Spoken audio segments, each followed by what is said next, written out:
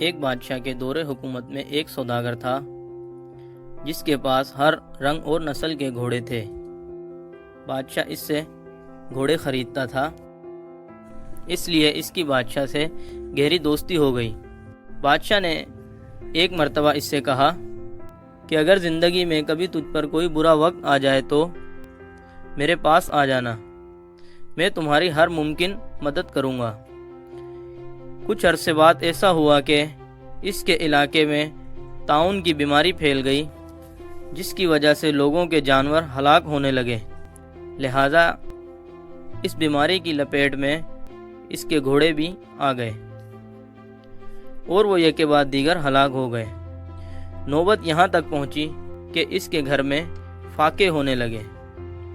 اس صورتحال کو دیکھتے ہوئے اس کی بیوی نے کہا، تم بادشاہ کے پاس جاؤ، وہ تمہارا دوست ہے، وہ تمہاری مدد ضرور کرے گا، اور اس نے برے وقت میں مدد کرنے کا بھی کہا تھا۔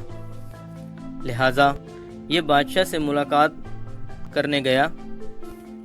جب وہ بادشاہ کے محل کے پاس پہنچا تو وہاں پہرے دار کھڑے تھے جنہوں نے اسے روک لیا۔ اس نے انہیں بتایا کہ وہ بادشاہ کا دوست ہے اور اس سے ملے بغیر واپس نہیں جائے گا۔ بادشاہ نے حکم دیا کہ اس کو میرے روبرو پیش کیا جائے۔ لہذا اس کو بادشاہ کے سامنے پیش کیا گیا۔ بادشاہ نے اس سے آنے کی وجہ پوچھی تو اس نے کہا، بیماری پھیل گئی ہے اور میرے سارے گھوڑے ہلاک ہو گئے۔ بادشاہ نے حکم دیا اس شخص کو شاہی زندان میں ڈال دیا جائے۔ یہ صورتحال دیکھ کر وہ حیران پریشان ہوا کہ بجائے اس کے کہ بادشاہ میری مدد کرتا، اس نے تو مجھے قید میں ڈال دیا۔ دوسری جانب بادشاہ نے اس کے بیوی بچوں کے لیے وظیفہ مقرر کیا کہ تاکہ وہ بھوک اور افلاس کی وجہ سے ہلاک نہ ہو جائیں۔ بادشاہ نے کہا، اس سے معلوم کیا جائے کہ وہ کوئی ہنر جانتا ہے تو بیان کرے۔ تو سوداگر نے کہا کہ وہ چارپائی کے بان بننے کا ہنر جانتا ہے۔ بادشاہ نے اسے رسی منگوا کر دی کہ وہ قید خانے میں بیٹھ کر بان بنانے کا کام کرے۔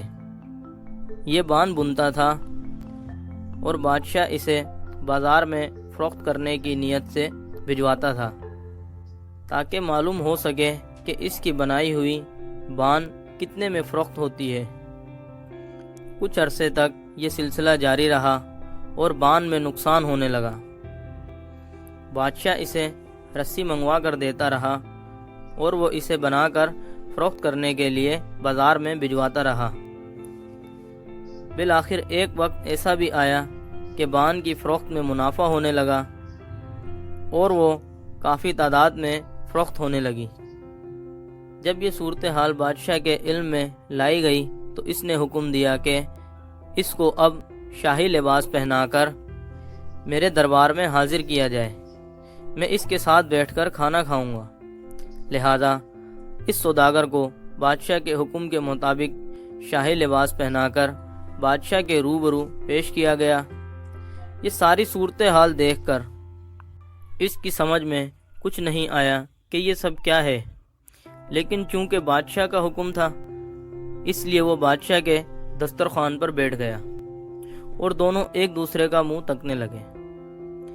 اس موقع پر اس نے بادشاہ سے استفسار کیا، بادشاہ سلامت، یہ سب کیا ماجرا ہے؟ بادشاہ نے کہا، پہلے تم آرام سے کھانا کھاؤ، بعد میں تمہیں سب کچھ بتا دوں گا۔ جب دونوں کھانا کھا چکے تو بادشاہ نے کہا، جب تم میرے پاس آئے تھے تو تم کچھ آزمائش میں تھے، اور میں اگر اس وقت تمہیں رقم دیتا یا تمہاری کچھ مدد کرتا تو تم سے وہ رقم بھی خرچ ہو جاتی اور تم دوبارہ کنگال ہو جاتے۔ لہٰذا میں نے تمہاری قسمت کی آزمائش کے لیے تم سے بان بننے کا کام لیا اور رسی بازار میں فروخت کروائی تاکہ پتہ چل سکے کہ تمہاری قسمت کی ڈور تم پر کب مہربان ہوئی ہے۔ اب جب میں نے دیکھا کہ تمہاری آزمائش کے دن ختم ہو گئے ہیں اور بان میں منافع ہونے لگا تو میں اس نتیجے پر پہنچا ہوں کہ تمہارا وقت ختم ہو چکا ہے اور اب دوبارہ اچھے دن شروع ہونے والے ہیں۔